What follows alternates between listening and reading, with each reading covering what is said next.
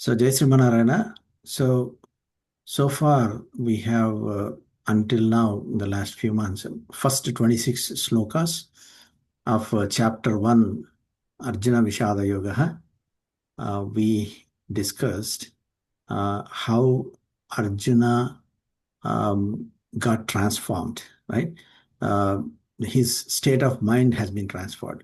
So, if you're following, so in the sloka 23, so let me go here. So in the sloka, 23rd sloka, uh, Arjuna asked Krishna, Paramatma, to take the chariot between the two armies so that he can see the Dhartarashtrasya Durbuddhehe, the evil-minded Dhritarashtra's sons and people belonging to Dhritarashtra, right?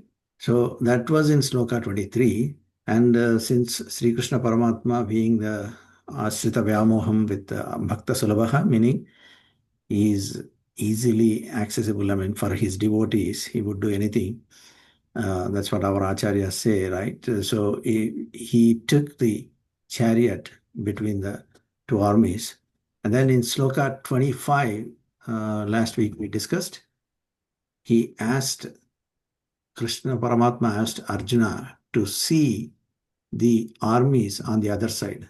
And in this sloka, the very important word was pasya, right? Pasya meaning watch carefully. He's showing his hand, and then he said pasya. As soon as he said pasya, hey Arjuna, look carefully who is on the other side. So until that moment, Arjuna's mind was about seeing the enemies. As soon as Krishna said pasya, it was as if until then he was blindfolded and the curtain in front of his eyes was completely ripped off. He was seeing the world entirely differently. And that is the effect of Krishna. So he started seeing all relatives, as we saw in the last week, the sloka 26. He started seeing Tatra Pasyat Sthitan Pardha, Pitrun Adha Pitamahan, Acharya, Matula, Bhratru, Putran, Pautran, meaning so he who were people who were equivalent to his father's age, and Pitamaha, grandparents' age, and then Acharya, gurus, and then Matulan, so mother's side relative, Bhratrun, all the cousins, and Putran, his son's age, and then Pautran, all the grandchildren age, Sakim, all the friends. So he started seeing that's the transformation as soon as Krishna said Pasya, right? So that's the very important word. Wherever Krishna says Pasya, he wants to show us something which is good for us, right? So that is the effect of Pasya, right? So he started seeing his relatives in the sloka 26. Then immediately, as soon as you see the relatives in them, immediately the thought comes across anybody's mind, right? Oh my God, now how can I fight them? How can I kill them? That's the thought Krishna added, I mean, put into his brain, basically, being Hrishikesha. So then, so he started thinking. Arjuna started thinking. Thinking process has changed. His attitude has changed. How can I kill? Right, and then that is what in the 27th sloka. So what did he see? So still, I think 26. Okay, we'll go to 27. So he saw Swasuran Suhrudas Chaiva Senayor Ubhayorapi. In both the armies, he started seeing them. Then what?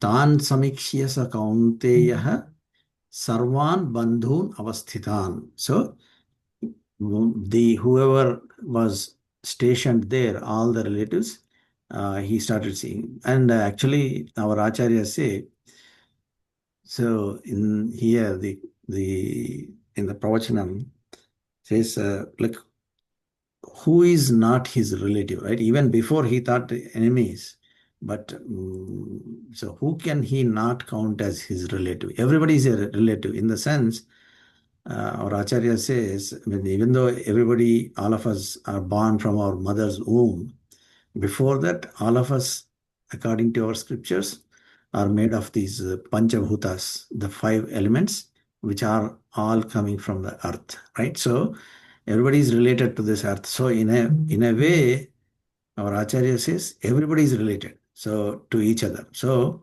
and that is what he's seeing in everybody.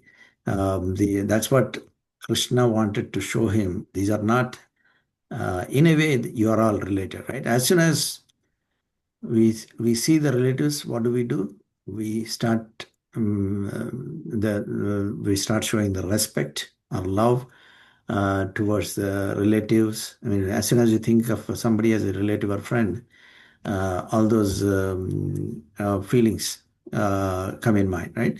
So, and we want to respect everybody and we want to keep everybody in their place and then pay respect. So now he saw all the relatives, Sarvan Bandhun Avasthitan. So immediately what happened, as soon as he saw relatives, a different state of mind came across into his mind, which is called Krupa, which you can see in this below here, right? So a new kind of emotion called Krupa entered his mind. Krupaya paraya vishtaha vishidan abravit. So, um, so actually, this is a very beautiful word, avishtaha. So, avishtaha is a very important word that we can understand. Is that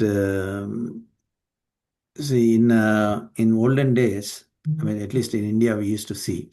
I mean, and probably in some of the Hollywood movies also they show what I'm talking about is that people used to get possessed. And when they go to a festive events in villages called Jatra, the village folk, they get overcome by emotion and they get possessed by some kind of force. So it is very hard to tell whether it is real or not also, but still it looks very real, genuine, right? So what do you call that in a low colloquial language, different languages, it's basically avesham. Avesham meaning uh, a kind of, we interpret avesham as a kind of emotion which is showing anger, but the way it is like in Telugu we used to call Shivam or Sigam, right?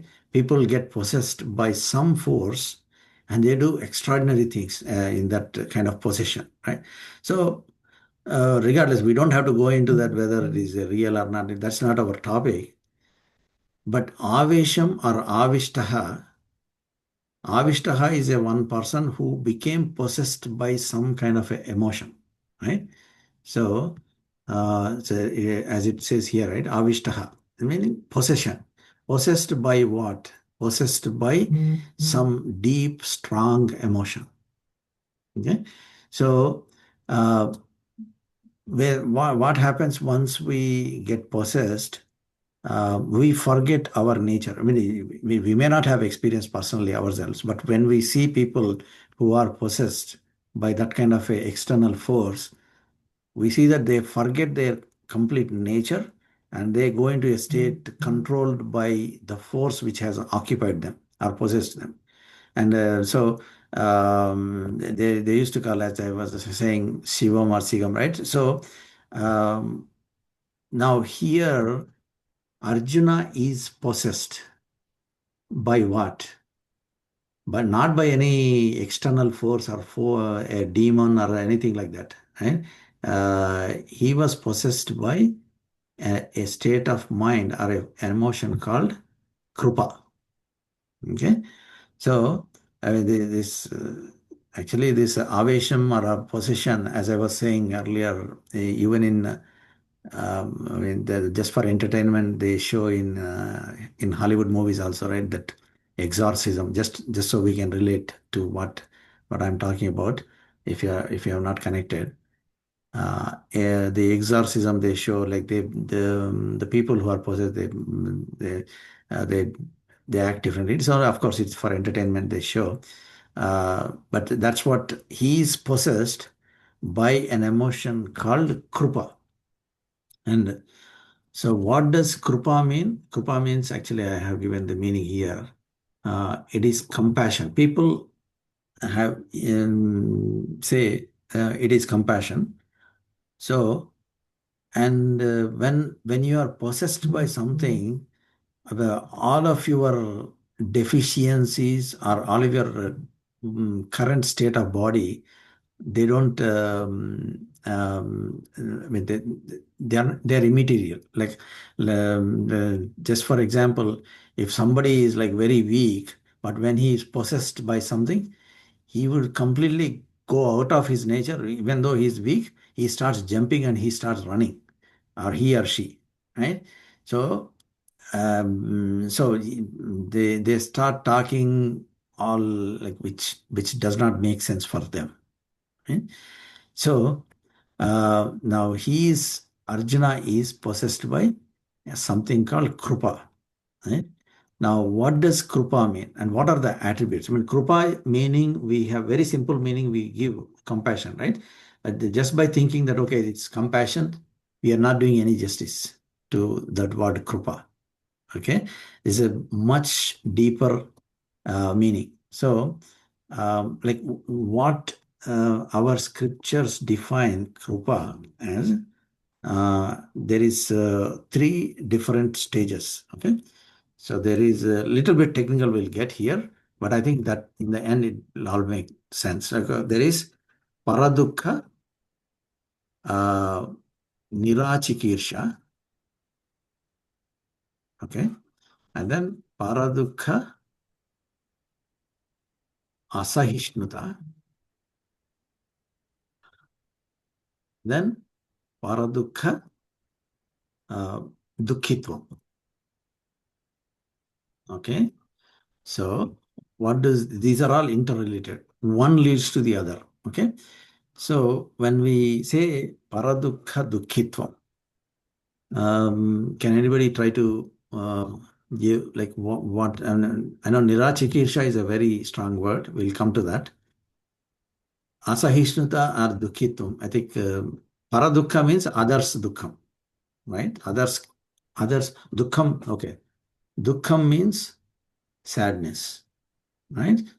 Paradukha means others sadness, meaning other people's sadness. Dukkhitvam. Dukkhitvam means it makes Uh, so if somebody is getting sad because of the pain experienced by others, right? So this is paradukha dukkhitvam, means if I am experiencing pain because somebody else is going through some pain. This happens to all of us at some point or the other. If not in real life, I mean, if you watch some kind of a heart-wrenching movie, right? If somebody is going through a lot of pain in a movie, somebody is being subject to pain. At some point or the other, we would have shed a tear. Then every human being goes through it.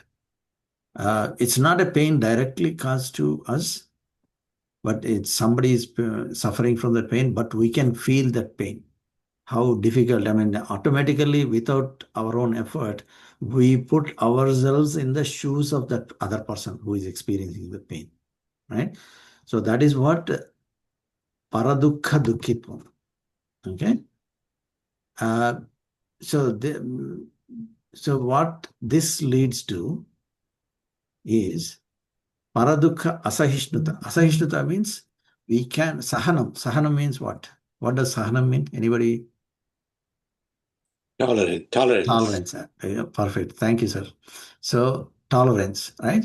Asahishnuta means intolerance. Okay. intolerance of what? Of pain of others. Okay, so first we are experiencing pain because of others' pain and intolerance of pain of others. Why are we not able to tolerate? Because it is causing pain to us, ourselves. Pain to ourselves. Because obviously we don't want to feel the pain ever, right? And it's our own self-interest that we don't want to feel the pain. And so we can tolerate the pain of others if we really connect with the other person, right? Then what do we do? If we can't tolerate the pain of others, automatically we think of nirachikirsha. Nirachikirsha means to get rid of the pain of others. Okay? So these are all connected to three leads to two, two leads to one. Meaning first we experience the pain of others and then we can't tolerate the pain of others because we are feeling the pain. And the finally what it leads to is nirachikesha. We try to get rid of the pain of others. So obviously we do, uh, like for example, people do charity. Why do people do charity? I mean, there is nothing in, you're not getting anything out of it, right? So charity, there is no self-interest, meaning you are spending your time, you are going through some pain or whatever is valuable to us, you are spending there, but you still do that charity because at the end of a fee, giving it, like for example, I take the example of VT Seva, right? Recently we did in Charlotte. I mean, it's going across US. VT Seva every year at the end of the year they do a lot of activities. In Charlotte we did prayer, right? So why, and then all the organizers, volunteers who worked really hard, they spent personal time and effort. They didn't have to do it, but at the end of the whole experience, they forget everything they have done. They feel come out of it with a lot of joy. Why? Because they get the joy out of this whole. They feel that okay, we got rid of some pain of others. Maybe some children who are helpless, who can't help themselves. We help them so go through, get some education, free education. So obviously it is nirachikirsha. These volunteers are feeling, right? So it is the joy of removing the pain of others. So basically that nirachikesha, we get rid of the pain. And so that is what krupa is. Krupa is compassion. Compassion means what? These three stages, which leads us to nirachikirsha. And that whole of these three stages are combined into this one beautiful word called krupa.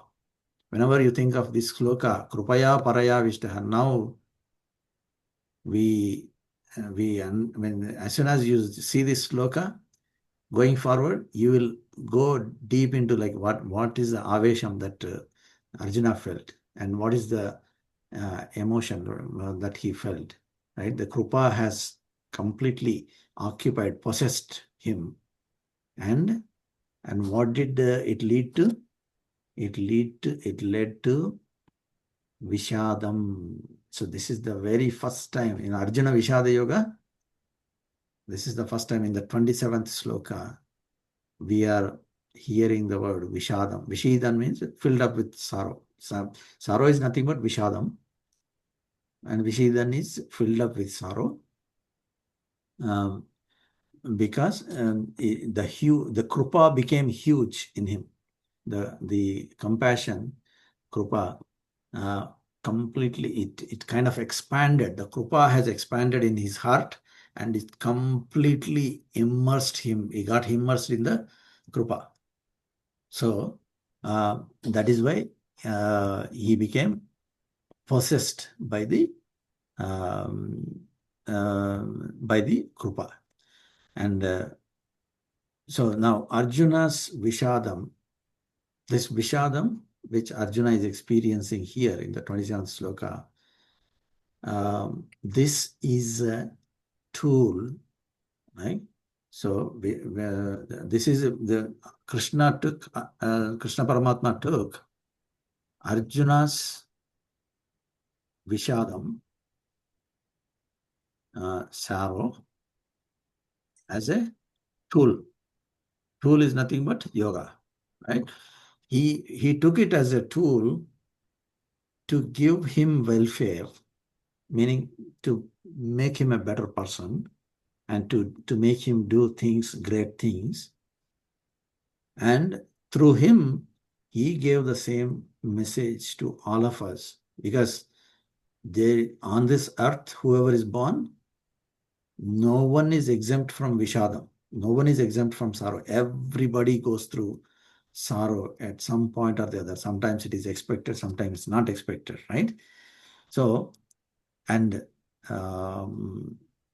so this Vishadam, and he used as a tool to give all of us a message. What kind of a message, right? What is the message? I mean, this we can expand. Actually, Vishadam itself, it is our scriptures have described in detail what Vishadam is. And there is Vishadam is a very beautiful word in Sanskritam, right? It can be broken down into 3 stages, right? So Vishadam or sorrow, our scriptures have given into 3 stages. Actually, sadness in the Western world, the grief, right? The stages of grief they describe. I mean, does anybody remember? Just now, I remember there's what are the stages of grief they describe? What's that? First is denial. First, something strikes, right? Denial, and then anger, and then kind of acceptance. There are different things these modern Western scholars have defined. But in our scriptures also, the greatness of our scriptures is actually it gives the root cause of Vishadam, and it gives in 3 stages. That's what we are going to learn, right? Actually, in this 27th sloka right now. I mean, without learning the root cause of the Vishadam, we can't handle it, right? And whenever people get into Vishadam, I mean, we can relate to this concept Vishadam, which Arjuna is going through. So now getting into the basics of it, right? So this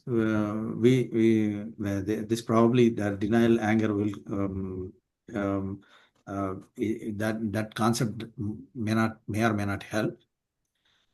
Now, what is Vishadam according to our scriptures, right? So when does Vishadam come? See, Vishadam comes when somebody's heart is weak. I mean, now let's put the other way. When somebody's heart is very hard, right? Heart is very hard. What does that mean? Meaning you are completely determined about doing something, and you are like, they say, right? Is it your heart or is it a stone? You might have heard Manasar Raya, meaning is it your heart is so like uh, without compassion, right? So that's what people describe as a very hardened or unyielding heart, showing no compassion. Then there is no sorrow, right? When somebody's heart is like a stone, they don't experience any sorrow. And this could be because of ignorance also, or when somebody's heart is like a hard or stone, it is because of ignorance, it could be, or it is because of lack of sympathy or or is it called empathy or something like that, right? In English. So if you can't relate to the suffering of others or suffering of then or if you're not relating to uh, the the situation around you, then it is very hard. Your stone, the heart is like stone. Like what Arjuna's state of mind was in the Sloka 23, right? Sloka 23, he said, Dhartarashtrasya Durbuddhehe, meaning these are these are very evil villains. All of them are evil villains. I'm going to, what do I do? I am a great warrior, right? I want to fight. I want to kill. I want to win. I want to enjoy. All of this he had in mind. He was very excited to start the war. Pravrutte Shastra Sampate. He was about to, everybody was ready to go start fighting. Meaning Arjuna's heart was very hard at that point. Now, what happens? This is the very first stage where everybody who is not experiencing in the stage, uh, this is the stage zero, we'll call. Okay? Meaning they are in this state, heart is very hard. Now, when does the sorrow starts happening is when this stone-like heart starts developing cracks. It becomes broken. So heartbroken. Right? This is a very standard phrase we hear. So when it develops the stone-like heart starts cracking, that is when the heart or manas in Sanskritam, this heart is actually, in English, there is no different word for mind or heart. They call mind, but in kind of in Sanskritam, Hrudayam, meaning a physical heart and also the manas, right? So it is it depicts the state of mind is also called heart or Hrudayam. Okay, it starts developing cracks and people become heartbroken. And so Arjuna, when he was in this state, the stage zero, he was saying, I am warrior, want to fight and kill. So all these things he was talking. But when he entered into stage one, um, he's what did he see in the Sloka 27? He saw all the relatives, Sarvan Bandhun Avasthitan, meaning he started thinking, and then Vishadam has occupied him because what? I I don't want to, I can't fight these people because I can't kill relatives. Everybody is relative. He look around him, right? And the see if I fight, what's the benefit? If I win, win is like if you win, you expect to enjoy with relatives, right? But if now if I kill all the relatives in this, or if all the relatives die, then how can no enjoyment if others are crying, right? So what's the point? Right? So that is what the stone-like heart kind of developing crack in Arjuna's heart start developing crack like that, right? So now why is it changing? We have discussed multiple times, right? Why this stage one? It is because of Krushi Keshatvam, right? We should remember when the Krushi Keshatvam of Lord Sri Krishna, it took him into the stage one where his heart is broken, right? And why was it hard earlier, right? The main reason his heart was earlier was hard was because of his materialistic expectation. Right? That okay, I want to fight, I want to win, and I want to enjoy. So that was the root cause of what was motivating his duty, or but the purpose why he came to the battlefield. If the reason for that battle is a materialistic expectation of winning, then that is hard. That's like a stone-hearted. Now, um, so this um, now what happened? This is started in this case, heartbroken. Now it starts melting, right? This is in this stage one, it breaks and then it starts melting like a hard, like ice. Right? So ice is hard, and then once it starts melting, just like that, heart is melting. Heart start melting. That's why we call like heart wrenching, right? Meaning it kind of becomes fluid. Heart becomes fluid. So in English, we say heart wrenching situation. So Arjuna's heart is kind of melting. And in order to melt, what do we need? So, I mean, in a physical world, like ice is there. Ice to melt, what do we need? Heat, right? Heat in Sanskritam, it is called tapam, right? Tapam means heat.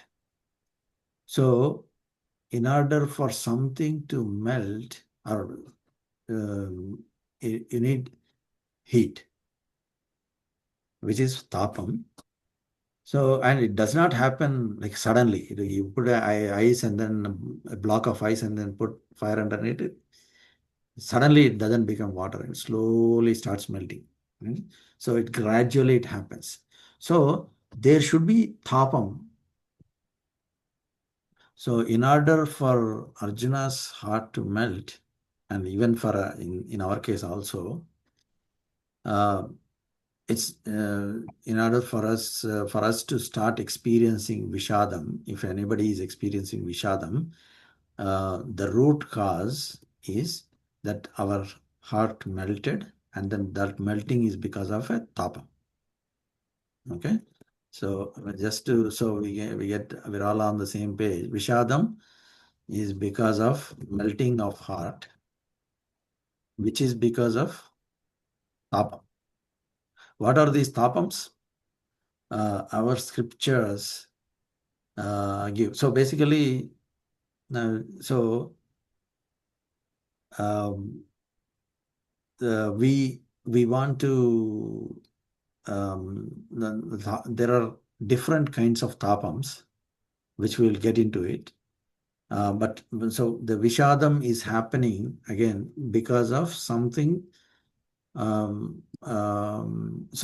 now Vishadam, some of the root causes, of course, heart is like stone, we can't melt, that is one thing. But um, the causes of Vishadam or Saronas are something which we don't like is happening to us. It's happening to us.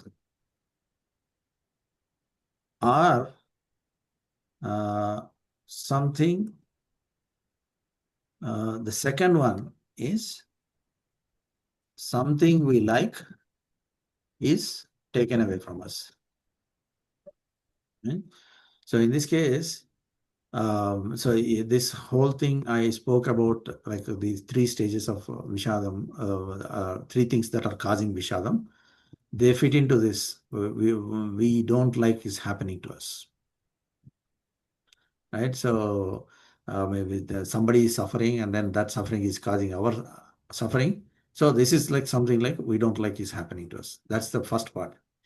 The second thing is something we like is taken away from us. It happens to us some point or the other in life, right?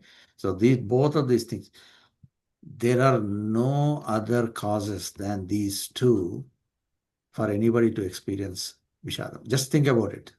So this is what our scriptures define, that these are the two primary causes of Vishada. Yeah? And why do we need to even know, right? Um, only when we know, like if we know what is causing diabetes, then we can probably do remediate it, right? So like that. So now these are the two ways our scriptures say Vishadam is happening to us. And the Vishadam is, as I was saying earlier, it has, it is made up of three things, which is, one is Visarana.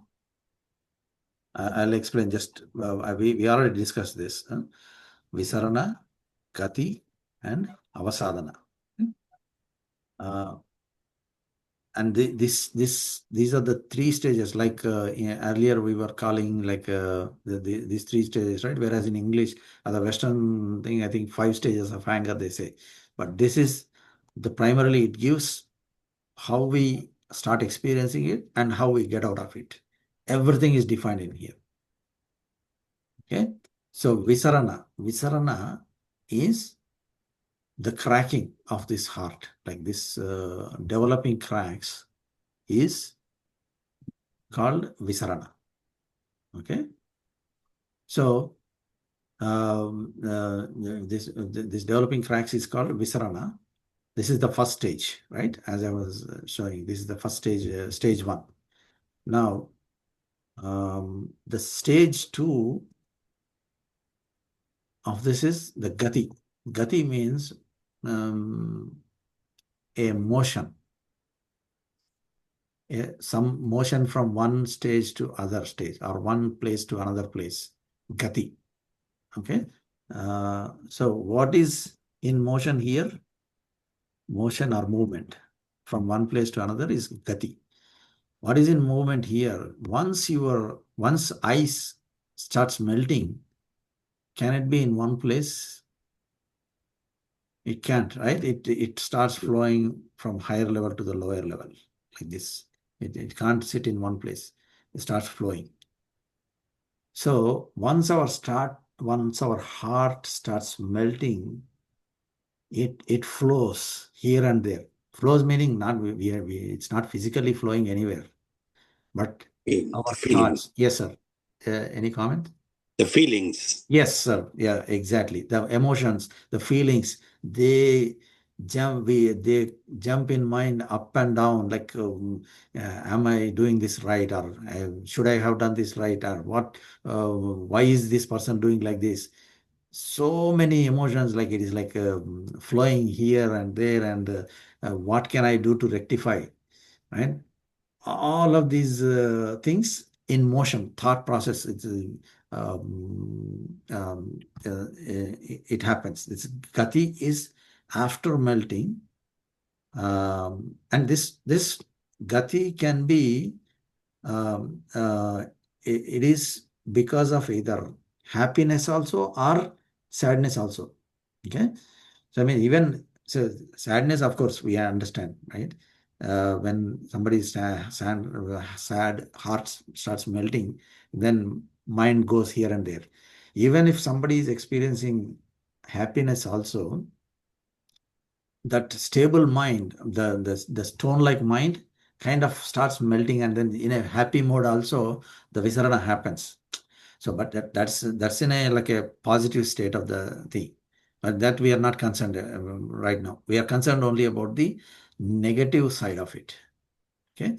Yeah. So Visarana happens when you are in sadness. Visarana happens, and then that leads to Gati, which is we start flowing. And then how does it get stabilized? Right? So water, now again take the example, metaphor of ice melting, right? Ice melts, and then water flows until what point? It flows into either a pond or a lake or a ocean. Until that point, it starts flowing, and then once it reaches that uh, stable body of water, it kind of is stabilized. It doesn't flow anymore after that. So that is what is avasadhana. Avasadhana means reaching a state, a stable state. By what? So in this case, in that metaphor, what we were talking, it's reaching an ocean or a puddle of water or maybe a pond or a lake.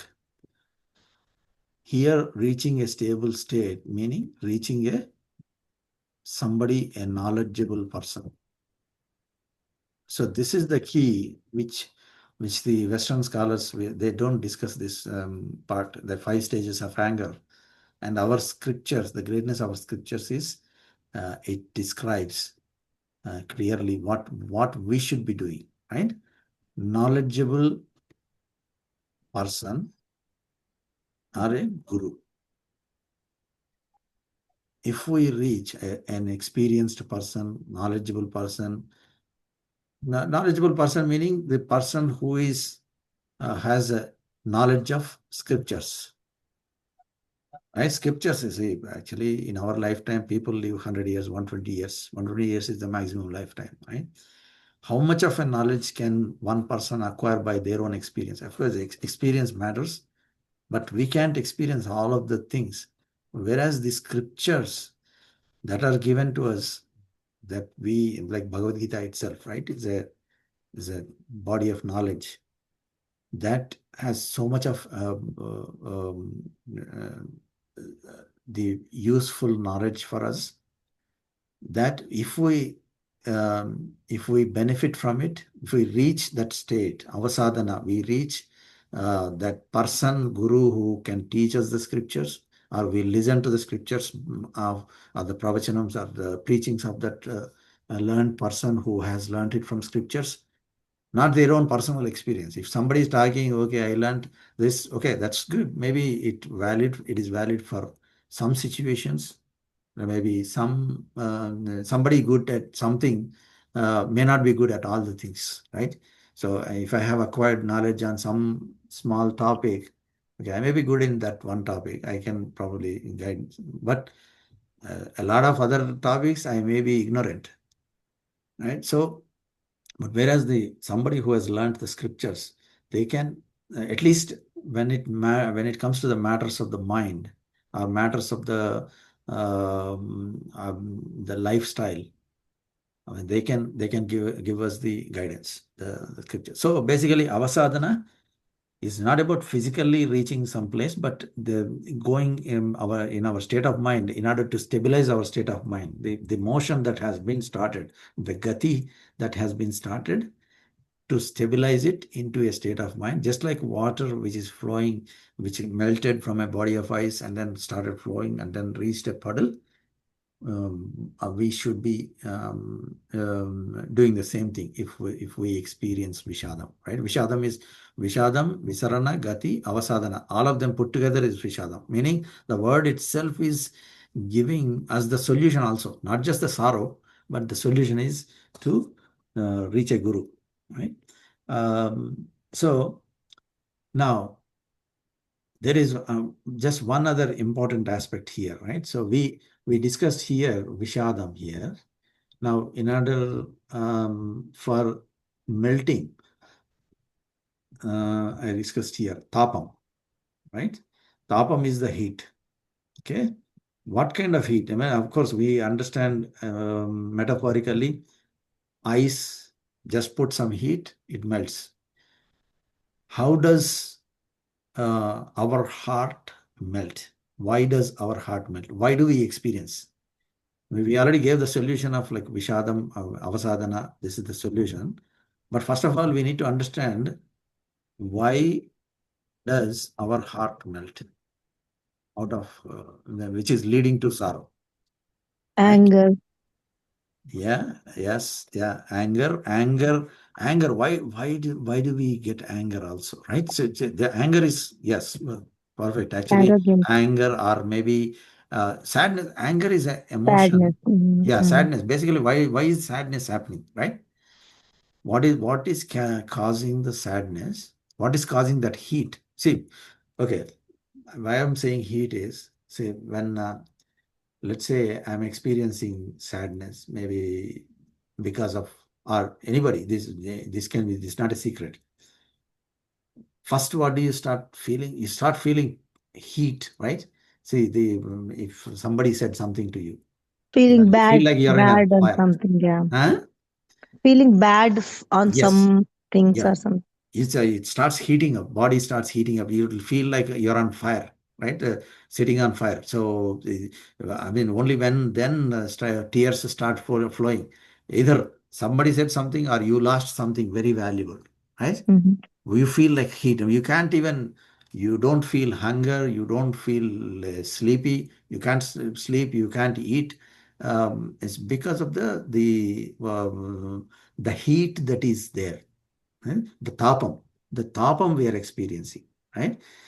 The tapam or heat we are experiencing, our scriptures, that is the most important part of this whole thing actually. Our scriptures greatness is they define three types of tapam that we need to understand. Only when we understand them, then we can benefit from it, that okay, we can relate to that. There is no way of escaping from tapam, but at least if we understand the nature, we can probably, Control it. yeah, we can control it, Mm-hmm. we can answer, we can get answer to it, right? Correct. So then it keeps our state of mind. So now there are three types of tapam, which are adi bhautika tapam, okay,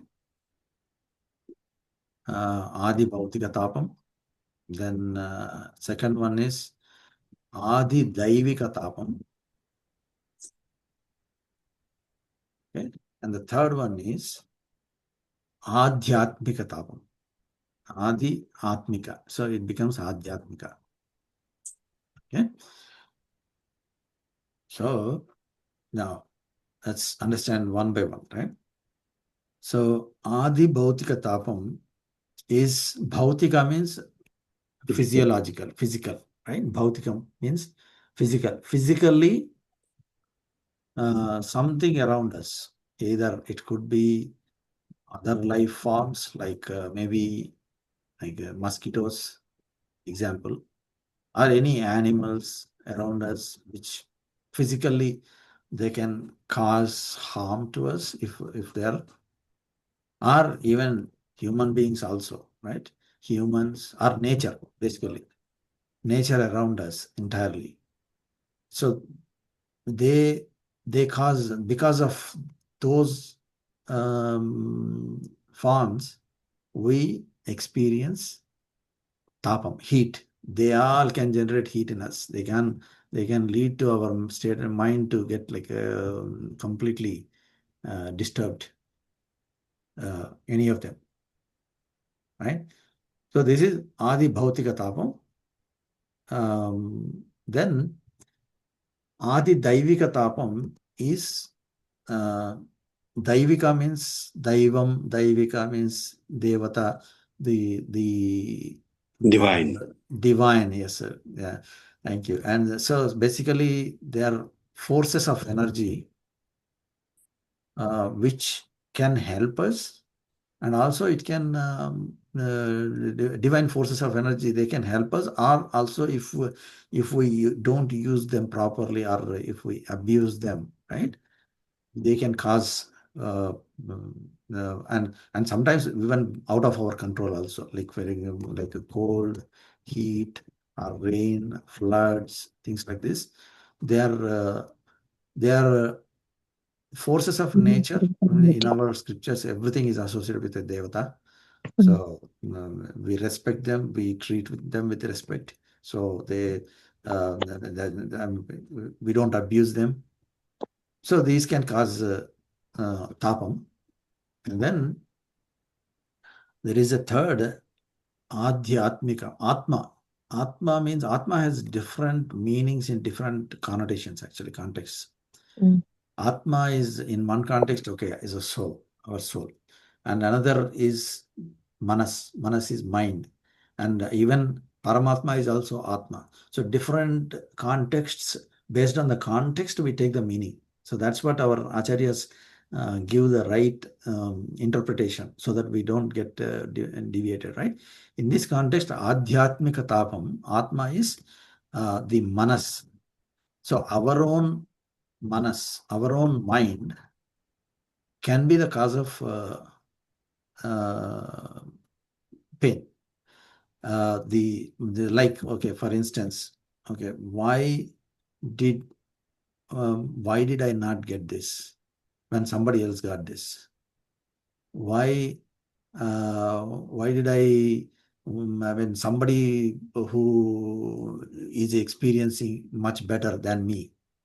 It's kind of constant race people are in. Find time in a lottery. Yes, sir. Like that. Lottery. Why did that person, what did he do to deserve it? Right? I did all these great things and still I'm not getting the benefit of it. Yes. Right? So so I mean, every day, every moment, this goes on unless we understand this properly, right?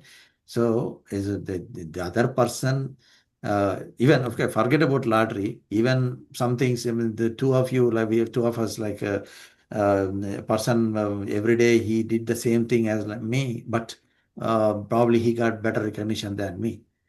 Right? He might have done something more, but that can cause a tapam in my mind. I can't sleep that night. Right?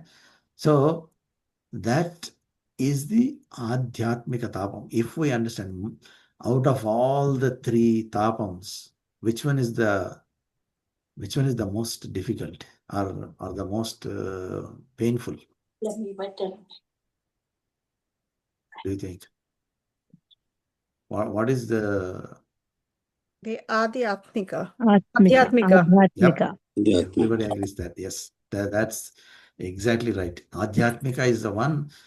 See, physically, even if I am not strong, if something hurt me physically also, it doesn't internally hurt me. But in case of Adhyatmika Tapam, uh, even if I struggle inside, it can show outside also. The body Lack also of gets peace affected. in mind. Yeah, exactly. Yeah. So mind is disturbed, body completely goes down, and then you get sick also. The body, it can show in various forms, and it is very hard to manage this. But and also if even if physically we are not strong, if mentally strong, you are happy. But if mentally if it is gone down, then even if you are physically strong, you just with one push you are gone. That's it. But yeah, so Adhyatmika Tapam is the most difficult one, and it's not easy to tackle that. But once we understand the nature of that, we can categorize it. As soon as we feel Tapam, we can understand why this Tapam is happening to me, which is the reason. And then, so we can understand the root cause. And that's the reason our scriptures are the greatest. They have given us these the root causes of Vishada. So so these three are the tapams which can lead to melting of our heart and then cracking of the heart. And then once it starts cracking, it goes into gati or motion, and then which should lead us to, if it leads us to avasadhana, a probably a great place of knowledge like a guru, then we are saved. But if we end up in a place like so just like water, if it is reaching ocean, that's huge, right? It's a benefit. Like if it is reaching like a puddle, then it's all dirty. Or even if it is reaching lake, it's just confined. So in this case, fortunately for Arjuna, he avasadana for him was to go to Sri Krishna, right? But whereas in case of before Arjuna, two other people felt sorrow. Who are those two people? This is a trivia. We discussed two other people in this chapter 1. Dhritarashtra. Dhritarashtra, perfect. Thank you. Yeah. Bhishma. Bhishma, not yet actually. Sanjaya? No, Sanjaya never felt Vishada. Dhritarashtra, and there was one other person, Duryodhana. Duryodhana. Remember that Duryodhana, as soon as the battle starts, I think Sloka 3, he goes to Dronacharya and starts, he got scared actually as soon as he saw the army of Pandavas. He starts counting 18 people on the other side, and then on his side he counts only 7. Completely, he went through the same things. He developed cracks actually. Until that moment, he was doing all the evil things. His whole heart was strong, but because of this adhyatmika tapam, right? He experienced this adhyatmika tapam. Internally, mind became very weak. And then what did he do? This adhyatmika tapam led him to do visarana, which led him to gati, motion. He started running. Okay, where did he go? Avasadana. Who did he reach? He went to Dronacharya. Dronacharya. Perfect. Dronacharya. And then, but Dronacharya, was he the right person to go for him? See, he was not treating Dronacharya like a person to give advice. He did not even seek advice. He just went and unleashed on him, right? He said, hey, Dronacharya, why did you teach that guy Drishtadimna? Right? We see your Tavasishyena Dhimata. He says, meaning your student Drishtadimna, who is born to kill you, you taught him, right? So he started insulting Dronacharya instead of seeking advice. So his avasadana was wrong. Basically, he reached he reached like a small lake. Now, comparatively, Dhritarashtra was a better. Who did he reach out to? This is another trivia question. Who did he go when he got sad? He got sad the very first sloka before Sanjaya. Exactly, perfect. He went to Sanjaya. He asked him, Dharmakshetre, Kurukshetre, Samaveta Yotsava, Mamaka Pandavascheva, Kimakurvata Sanjaya. So he asked Sanjaya, he reached, his avasadana was Sanjaya. His heart was also broken because of his, he heard the news that Bhishmacharya fell in the battlefield. Then he went to Sanjaya. Right? So his avasadana was Sanjaya. So Sanjaya, but is he the right person? He is employee of Dhritarashtra. There was no commitment for him to listen to him or follow his advice. Sanjaya gave him complete clear advice. By the end of the last sloka, he said, Yatra Yogeshwara Krishna, Yatra Padodhanuddaraha, Tatra Sri Vijayo Bhuri Dhuvanitir Madrimama. He said, meaning wherever Krishna and Arjuna are there is the victory. So he gave the complete final judgment. Then, but he did not listen. Right? He should have listened. Dhritarashtra should have listened to Sanjaya at that moment, and he should have called off. He had the power to call off his children. He would have at least saved some of his children, and just give the kingdom again, go back to status quo like before the Vanavasam, right? So, but he did not do it. So it did not work for him. So the avasadana which Arjuna had was the greatest, the right one.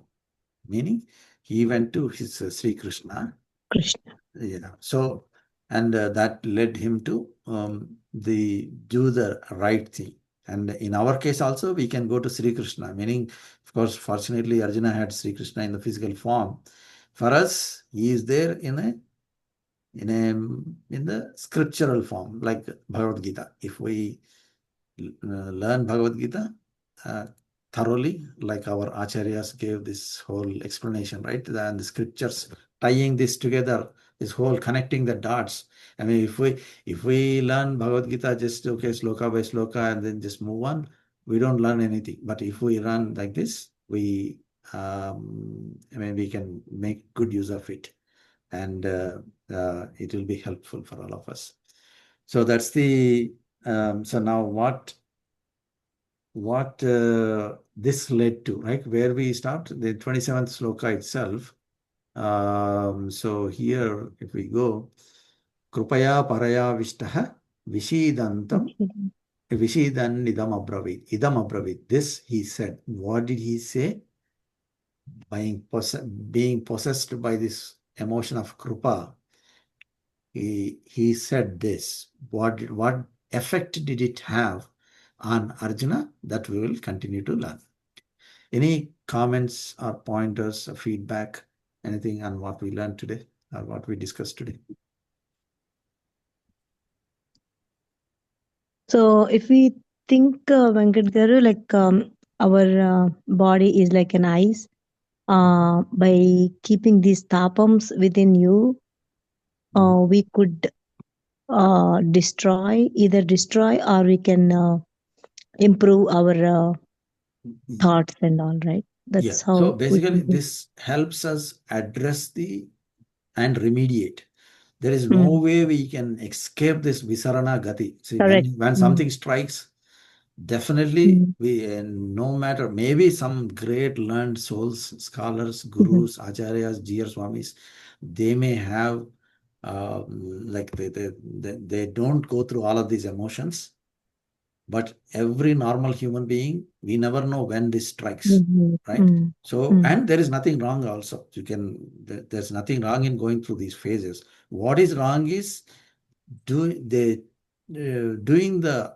opposite of what this avasadhana is. Basically, just like what Duryodhana and Dhritarashtra did, going completely against the advice of the thing, that will lead to the complete destruction.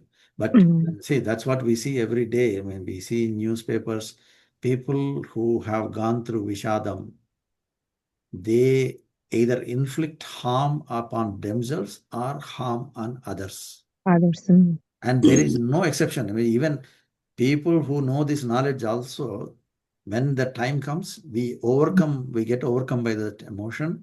And then this is what it needs, a lifetime of practice to do the right thing. Immediately resetting our mind. Okay, this is Adhyatmika Tapam, or this is Adidaivika Tapam. Okay, this is normal. This is whole Bhagavad Gita is all about equanimity, Sitoshna Sukha Dukkadaha. So everything, so many great things it says. In the end, it's very quickly recover back. Even if you experience this Vishadam for a brief moment, it doesn't divert us from our responsibility. That's what Bhagavad Gita does to us. And that is why it is a tool given to us. Even if we are struck by Vishadam at some point or the other, we don't have to be perfect. We are not great Swamis. Right? We experience some of these emotions. We handle these emotions by understanding these fundamental concepts. So by avasadhana, where you are going to learn what you are going to learn. Yeah. Either go to Duryodhana or person Acharya, correct. Or listening to the scriptures or listening to Guru's pravachnas. So that gives us peace of mind. Yeah. Thank you so much, Chandrajesh. It was like very nice. Thank you. So, all right, thank you. So I think we are in good avasadhana right now. Yeah, this satsang is our satsang is like an avasadhana for us. Yeah. Chala bagundi. I just wanted to add something, Venkatji. When you say adhyatmikam, right? And it is our own mind.